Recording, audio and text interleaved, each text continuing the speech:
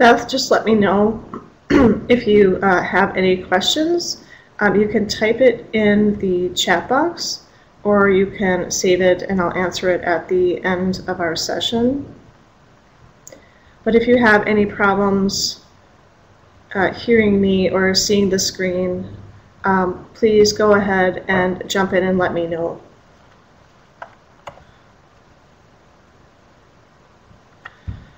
I'm going to start the session just by talking about rubrics in general from a pedagogical point of view. As you see, there's a box here called Rubric Links. It's up near the top in the middle. Those 4 links take you out to resources that I think are quite interesting. Well, the first one is using Blackboard rubrics, and that's the Blackboard help site, and it's got full instructions about how to use rubrics, creating them, grading with them, for example. And then the 3 links below that are articles and books that I think are very informative, talking about the advantages of rubrics and also some of the pitfalls in using rubrics. So if you'd like, you can click on each of those links and it will open in a browser window, and you can bookmark those for another time to take a look at them. When we publish the recording of this, I'll also include these links in the description of the video in YouTube, and so you can access the links from there as well. But one highlight I wanted to show you in terms of benefits and challenges is the table that I've got right there by Gezi et al. And this is a pretty thorough table that gives you a good sense of why rubrics can be useful and what things are challenging about using rubrics. So one thing I would point out in terms of specifically online courses with older learners, adult learners, is that rubrics help them have a clear sense of the expectations, the things that they'll be graded on, and then they provide a space where instructors can give very specific feedback so that students understand completely what they are doing correctly and what they need to improve on. They also help in terms of online courses since you don't have a chance usually to sit with the group to answer questions about assignments, this provides a way for you to be very specific about what the expectations are for an assignment, and students can access that at any time. They also save time for instructors. When rubrics are crafted effectively, they can save a lot of time in grading, but they may not, as you can see in the challenges column, they don't necessarily work for all assignments. And another thing is that rubrics that are not constructed well are in fact less helpful than just having no rubric at all. So there is a bit of an art to creating a rubric. I'm going to jump out to show you these 4 resources that I've got listed in the rubrics link box.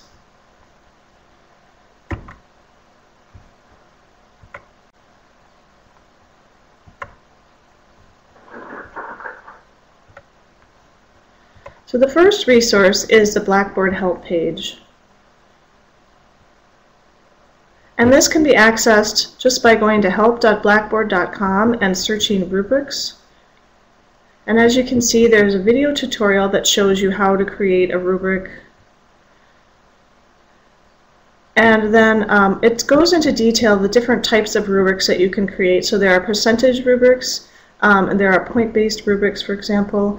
And it tells you how to take a rubric that already exists and associate it with an assignment. So that is always there for you to access. Then the first reading that I've got listed there is a book called Introduction to Rubrics, an assessment tool to save grading time, convey effective feedback, and promote student learning. I highly recommend taking a look at this book. It is available through the CSS library, and you can view it as a digital copy. Just go to the link that I provided and then click in here, and you'll find that there's a digital copy available to you.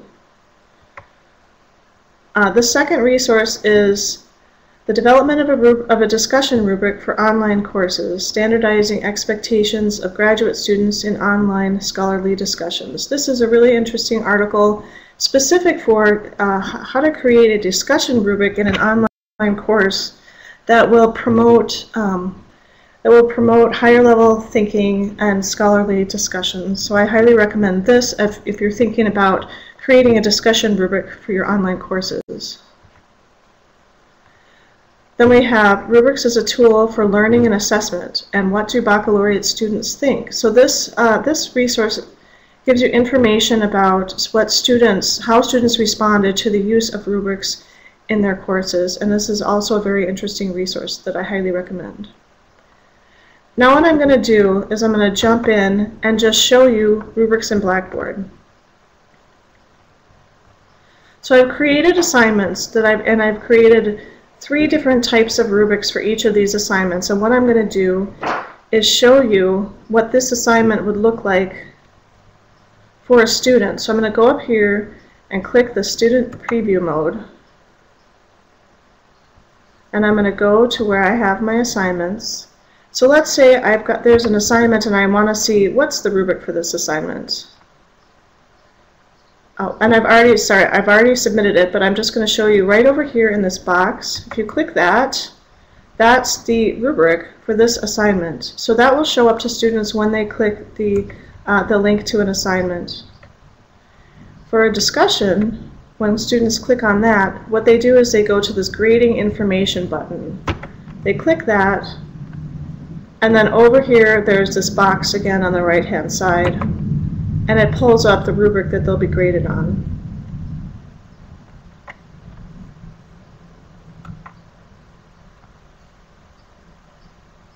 I'm going to exit student preview mode.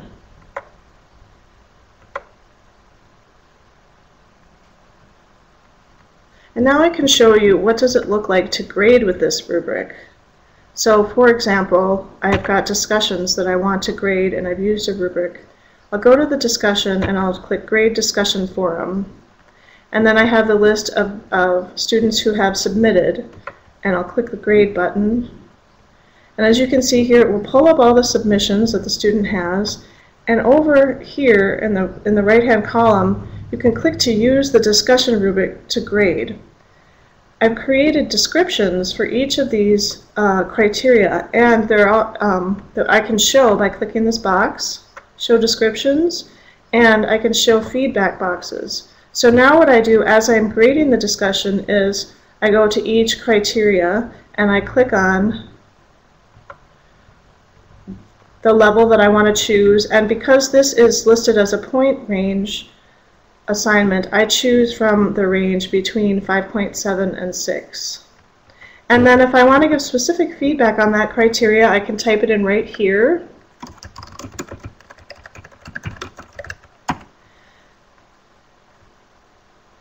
And I'm going to do competent for this one, and I'll choose the lower of them, and I can type in feedback here. And it gives the total based on the rubric score right here of 8.9, and I can override it if I'd like to right here. And I can also give more global feedback right here. And what I'm going to do is save the rubric.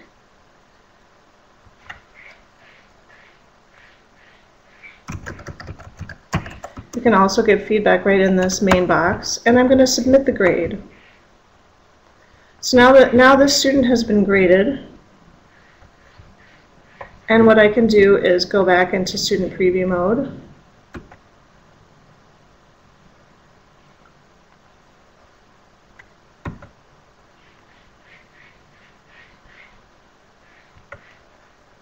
And I can look at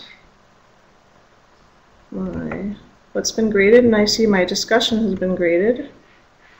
And now what I can see is my total points, and then I can pull up this rubric right here, and what it has is it shows you the points that were chosen, the comment that was pre-populated in the rubric, and then additional feedback that my instructor gave me right here, and also more global feedback down here.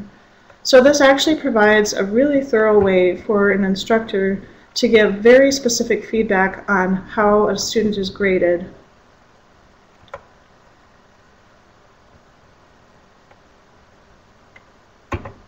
I'm going to exit preview mode again, and then what I'm going to do is just show you quickly when you create an assignment, how do you create a rubric? And we'll just do this quite quickly. I'm going to go into edit mode. I turn it on. And I'm just making sure, there we go. And in my learning activities page, I'm going to create a new assignment. I'll call it new assignment. Let's say I don't have a rubric created already, which is often the case. I want to create a new rubric for this assignment. So I'll click create new rubric. I can give it a description right here that will show up to instructors describing what the rubric is for, and then it pre-populates this with three rows and 3 columns. And each of these can be edited as you see fit. These are the boxes where you pre-populate with performance level comments.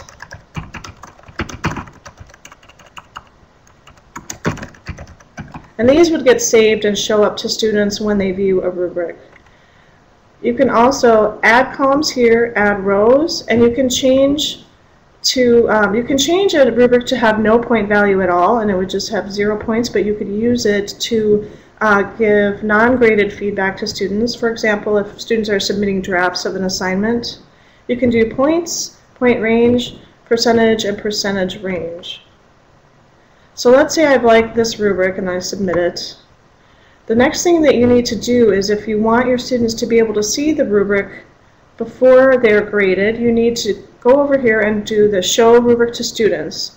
You click yes, and with rubric scores, and then students will be able to see this in advance of submitting an assignment, and they'll be able to see how the scores are distributed throughout the rubric. You can also choose to not use a rubric to grade, but for secondary evaluation. I'm just going to quickly show you sometimes what you would like is just a quick checklist rubric. So let's see, I didn't give this point value. Here we go, 10 points.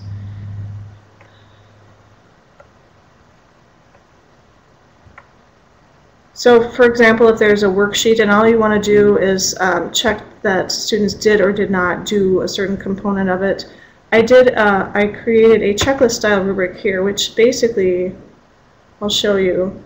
I'll view the rubric. What this does is I have just one column where I just say completes all components of part 1, and this would describe part 1, and all you would do is check it when you're grading. Yes, they completed it. Check. Yes, they completed part 2. Check part 3. And you can override the score if you'd like to. So that's kind of a global sense of rubrics, and I wanted to, I'm going to come back to our page here. And if anybody has any questions, please feel free to ask.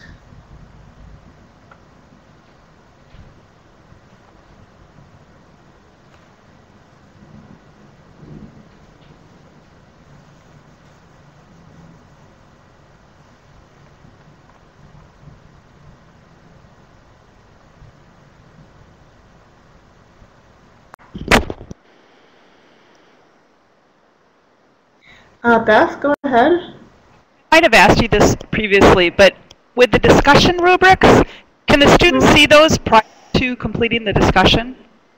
Absolutely. All they do is they click on the discussion link to go to the forum, and there's a box. Let me just, there's a box there that says view grading, right there above. So I can pull that up really quickly if you'd like. Sure. One more time. And is that a change? Go ahead, what? Was that changed? Like, I thought previously they couldn't, and I'm just not sure if I missed it somewhere.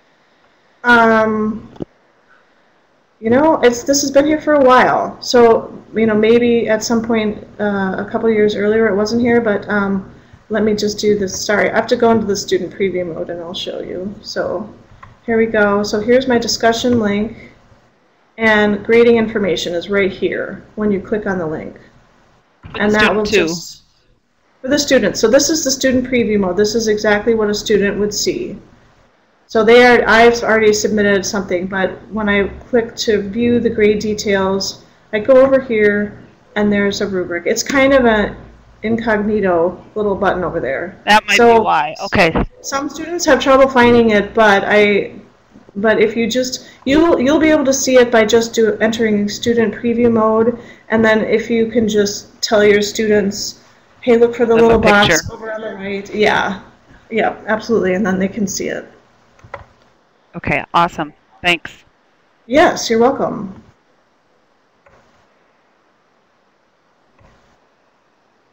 Any other questions?